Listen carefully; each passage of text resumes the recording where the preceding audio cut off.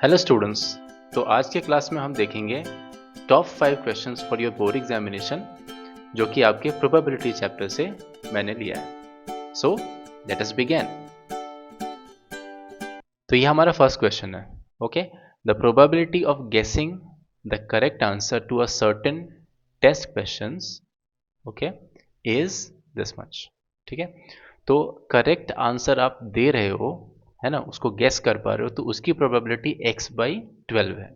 ठीक है, correct answer देने की प्रोबेबिलिटी मैं ऐसे लिख रहा हूं, probability of giving correct answer. ठीक है, इसका मतलब ये है इक्वल टू क्या है, ये तो x/12। ठीक, अब if the probability of not गेसिंग द करेक्ट आंसर, तो बिल्कुल अपोजिट हो रहा है ना। यहाँ पे करेक्ट आंसर गेस करने की प्रोबेबिलिटी और यहाँ पे करेक्ट आंसर नहीं गेस करने की प्रोबेबिलिटी 2/3 है। ठीक है, तो ये इसका कॉम्प्लीमेंट्री इवेंट हो गया। समझ रहे, कॉम्प्लीमेंट्री मतलब क्या होता है इस इवेंट, कि कोई चीज होगा और वो चीज नहीं होगा। जैसे हेड आएगा और हेड नहीं आएगा, ये दोनों जो इवेंट हो गया ना, ये है कॉम्प्लीमेंट्री इवेंट। ठीक है, उन दोनों को एक दूसरे का कॉम्प्लीमेंट्री इवेंट कहते हैं। उसको हम लिखते कैसे हैं जनरली, तो हम लिखते हैं प्रोबेबिलिटी ऑफ नॉट, ये डैश लगा देते हैं ऊपर। ठीक है, ऑफ नॉट गेसिंग करेक्ट आंसर। यहाँ सी का मतलब है गेटिंग करेक्ट आंसर, उसका इवेंट है। ठीक है, सी का मतलब क्या है, सी यहाँ पे बता रहा है event of getting a correct answer, event of guessing a correct answer. Correct answer guess करने का इवेंट है ये।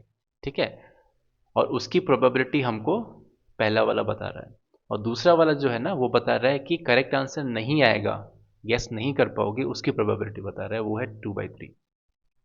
अब आपको ये चीज़ पता है स्टूडेंट्स कि किसी भी चीज़ के होने की प्रोबेबिलिटी और उसी चीज़ के नहीं होने की प्रोबेबिलिटी को अगर आप ऐड करो, है ना, इन दोनों को अगर आप ऐड करते हो ना, तो ये आपको हमेशा 1 के बराबर मिलेगा, हमेशा। ठीक है, यहाँ पे भी सेम चीज़ हो रहा है कि प्रोबेबिलिटी नहीं आने की, करेक्ट आंसर गैस करने की है ये, और प्रोबेबिलिटी करेक्ट आंसर नहीं गैस करने की है ये। तो इन दोनों को आप ऐड करोगे तो हमेशा 1 के बराबर आएगा। ठीक है, सिंपल वर्ड्स में कहे तो किसी चीज़ की होने की प्रोबेबिलिटी और उसी चीज़ के ना होने की प्रोबेबिलिटी को ऐड करोगे आप, तो आंसर 1 मिलेगा। अब ये एक लीनियर इक्वेशन है जिसको आप बहुत ही आसानी से सॉल्व कर सकते हो। ठीक है, एलसीएम ले लो, 12 आएगा, तो 4 इंटू 2 8/12, 1 12 जाएगा उस तरफ, कुछ ऐसा हो जाएगा। तो यहाँ से x का वैल्यू मिलेगा 12 में से 8 गया 4। Option C is the right answer. Exam में आप लिखोगे ऑप्शन सी और उसका वैल्यू भी लिख दो 4। ठीक, ये है आपका 1 मार्क का क्वेश्चन और ये भी आपका 1 मार्क का क्वेश्चन है। Okay, which of the following can not be the probability of an event. किसी भी इवेंट की प्रोबेबिलिटी कभी भी इनमें से एक नहीं हो सकती। ठीक है, तो आपको पता है स्टूडेंट्स, याद होगा आपको कि प्रोबेबिलिटी किसी भी चीज़ के होने की हमेशा 0 से बड़ी होती है, नहीं तो 0 के इक्वल होती है, या फिर 1 से छोटी होती है या 1 के बराबर होती है। तो किसी भी चीज़ के होने की प्रोबेबिलिटी, किसी भी इवेंट की होने की प्रोबेबिलिटी 0 और 1 के बीच में ही रहता है हमेशा। 0 से ना कम जाएगा ना 1 से बढ़ेगा। 0 किसकी प्रोबेबिलिटी होती है बताइए आप, किसी भी जो इम्पॉसिबल चीज़ होती है ना, उसकी प्रोबेबिलिटी हमको हम 0 से दिखाते हैं। ठीक है, इम्पॉसिबल इवेंट, जैसे कि सूरज वेस्ट से निकलेगा, वो है इम्पॉसिबल इवेंट। जब उसकी प्रोबेबिलिटी आप निकालोगे तो वो आएगा 0। सूरज ईस्ट से ही निकलेगा, वो है श्योर इवेंट, और श्योर इवेंट की प्रोबेबिलिटी होती है 1 हमेशा। ठीक है, श्योर इवेंट होता है उसका प्रोबेबिलिटी 1 होता है, इम्पॉसिबल इवेंट होता है उसका प्रोबेबिलिटी होता है 0। अब देखते हैं ऑप्शंस को। तो ये तो बिल्कुल सही है, ये हो सकता है प्रोबेबिलिटी किसी भी चीज़ की होने की, क्योंकि 0 और 1 के बीच में है। ये भी हो सकता है 0.7, है ना, 0 1 के बीच में। बट नेगेटिव तो कभी नहीं हो सकता, और 15 भी कभी नहीं हो सकता, 1 से बड़ा है 15, और नेगेटिव, है ना, 0 से छोटा कैसे होगा। तो ये दोनों ही राइट आंसर है इसके, बी और सी। लेकिन आपके एग्जाम में एक ही ऑप्शन होगा ऐसा इनमें से, तो उस हिसाब से आपको आंसर देना है। ठीक है, नेक्स्ट क्वेश्चन 1 मार्क अगेन, ये काफ़ी इंटरेस्टिंग क्वेश्चन है। ठीक है, the probability that a non leap year has 53 Sundays. मतलब एक नॉन लीप ईयर आप ले रहे हो। नॉन लीप ईयर का मतलब क्या होता है? नॉन लीप ईयर जिसमें 365 डेज होते हैं ना, वो होता है नॉन लीप ईयर। मतलब जिसके फेब्रवरी में 28 डेज ही होते हैं फेब्रवरी में, ठीक है। और लीप ईयर में डेज होते हैं 366, ओके। और उसमें 29 डे वाला फेब्रवरी होता है, ठीक है। तो ये हो गया। बात किस चीज़ की हो रही है? पहले वाले की, लीप ईयर मतलब 365 डेज की बात हो रही है। उसमें आपको ये बताना है कि 53 संडे आ जाएं, इसकी प्रोबेबिलिटी क्या है, ठीक है। तो क्वेश्चन पढ़ के काफ़ी बेतुका लग रहा है ना, लेकिन इसका आंसर बहुत ही सिंपल है। अब देखिए, एक हफ्ते में कितने दिन होते हैं स्टूडेंट्स? एक वीक में होता है आपको 7 दिन, है ना। संडे से लेकर के सैटरडे तक, है ना, 7 दिन होते हैं।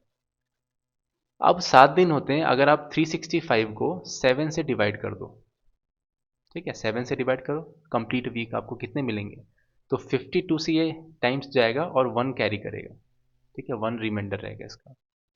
तो इसका मतलब क्या हुआ? तो इसका मतलब ये हुआ कि किसी भी साल में, चाहे वो लीप ईयर हो नॉन लीप ईयर हो, कोई मतलब नहीं है, उसमें 52 कंप्लीट वीक्स होगा ही होगा। 7 7 दिन वाला 52 टाइम्स आएगा ही आएगा, है ना। उसका मतलब क्या हुआ कि संडे भी 52 टाइम्स आएगा, मंडे भी 52 टाइम्स आएगा, सैटरडे तक सबके सब 52 टाइम्स आएंगे ही आएंगे। अब सवाल उठता है कि 53 कैसे हो? तो ये जो एक एक्स्ट्रा दिन बचा ना 365 में से, वीक, कंप्लीट वीक को हटाकर, ये एक्स्ट्रा दिन है। अब ये एक्स्ट्रा दिन इन सातों में से कोई भी हो सकता है। तो हमारे पास 7 पॉसिबल आउटकम्स है ना।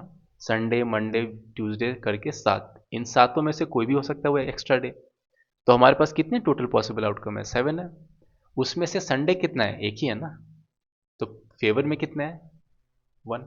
तो अगर वो संडे निकल गया तो 53 डेज का हो जाएगा, 53 संडेज आ जाएगा उसमें, समझ गए। तो 1/7 होगा इसका आंसर, ऑप्शन डी। अब हम आगे बढ़ते हैं 2 मार्क के क्वेश्चन पे, ठीक है। A number is chosen at random, एक नंबर को चुना गया रैंडमली, और वो जो नंबर है वो इन 7 नंबर में से एक होगा जो चुना जाएगा, ऑब्वियसली, ठीक है। 7 नंबर है। What will be the probability that the square of this number is less than और इक्वल टू 1? तो कहने का मतलब है ये 7 नंबर्स दिए गए हैं, तो गिवन क्या है? गिवन है total number of possible outcomes, possible outcomes, ये आपको दिया गया है कि आप अगर इनमें से एक पिक करते हो तो इन 7 में से कोई ना कोई आएगा, तो सबकी पॉसिबिलिटी है, तो टोटल हो गया इसका 7, ठीक है। अब आप देखो कि आपको एक ऐसा नंबर पिक करना था, ठीक है, प्रोबेबिलिटी के लिए, जिसका जो स्क्वायर हो ना वो 1 हो या 1 से छोटा हो, उसका स्क्वायर उस नंबर का, ठीक है। हम चेक करते हैं। तो ये देखो, हम ले लेते हैं -3। -3 का स्क्वायर आप लोगे तो आएगा 9, ये तो 1 से बड़ा है, छोटा नहीं है, तो ये तो कैंसिल आउट हो गया। 3 का स्क्वायर भी 9 होता है, आपको पता है, ये भी 1 से बड़ा है, कैंसिल आउट। -2 का स्क्वायर होता है 4, नो। 2 का स्क्वायर कितना होता है? वो भी 4 होता है, ये भी कैंसिल हो गया, सब बड़े हैं 1 से। अब आप देखो, -1 का जो स्क्वायर आप लोगे वो 1 आएगा। क्या वो 1 से के बराबर या उसके इक्वल है, लेस देन है? हाँ, उसके बराबर तो है। 1 का स्क्वायर लोगे तो वो भी 1, ये भी सेटिस्फाई हो रहा है, और 0 का स्क्वायर लोगे तो भी 0, वो भी 1 से छोटा है। तो ये तीनों जो है ना, तीनों के तीनों ये सेटिस्फाई कर रहे हैं इस कंडीशन को, मतलब ये तीनों के तीनों हमारे फेवर में इवेंट के। तो आप लिखोगे here number of favourable outcomes, number of favourable outcomes कितना है? फेवरेबल आउटकम्स 3 है, ये तीनों, है ना, तो 3। बस आपको पता है अब क्या करना है। तो देयरफॉर प्रोबेबिलिटी ऑफ, वो सारी चीजें आप लिखो, ठीक है। प्रोबेबिलिटी ऑफ स्क्वायर ऑफ, है ना, probability of getting a square of the number which is less than और इक्वल टू 1, तो वो इक्वल टू आएगा 3/7। फेवर में जितने हैं डिवाइडेड बाय टोटल। हो गया, 2 नंबर आपको मिल गया। और ये है हमारा लास्ट क्वेश्चन, वो भी 2 मार्क का है, इससे ज़्यादा नंबर के आएंगे नहीं आपको क्वेश्चन, प्रोबेबिलिटी चैप्टर से।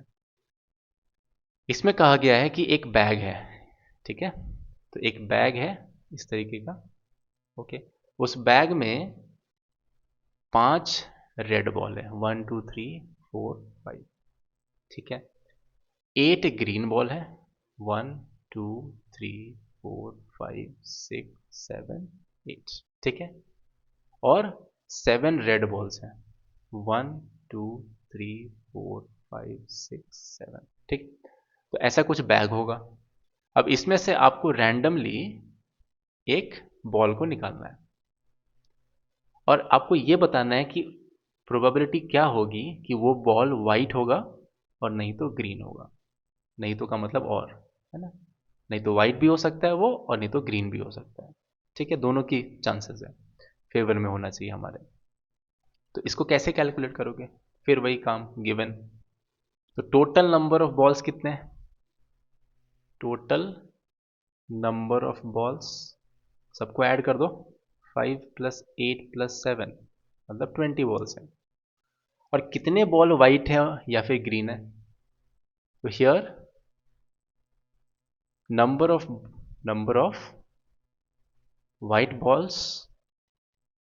बॉल्स और ग्रीन बॉल्स कितने निकल के आ रहे हैं। तो वाइट है आपका 7, ग्रीन है 8, मतलब ये कितना हो गया, 15 हो गया, ठीक है। अब आपको पता है प्रोबेबिलिटी क्या होगी, तो प्रोबेबिलिटी आप निकालोगे, वो पूरा सेंटेंस लिखना होगा, ठीक है, probability of getting a white और ग्रीन बॉल, तो वो आएगा 15 जितना फेवर में है डिवाइडेड बाई टोटल, ये आएगा 3/4।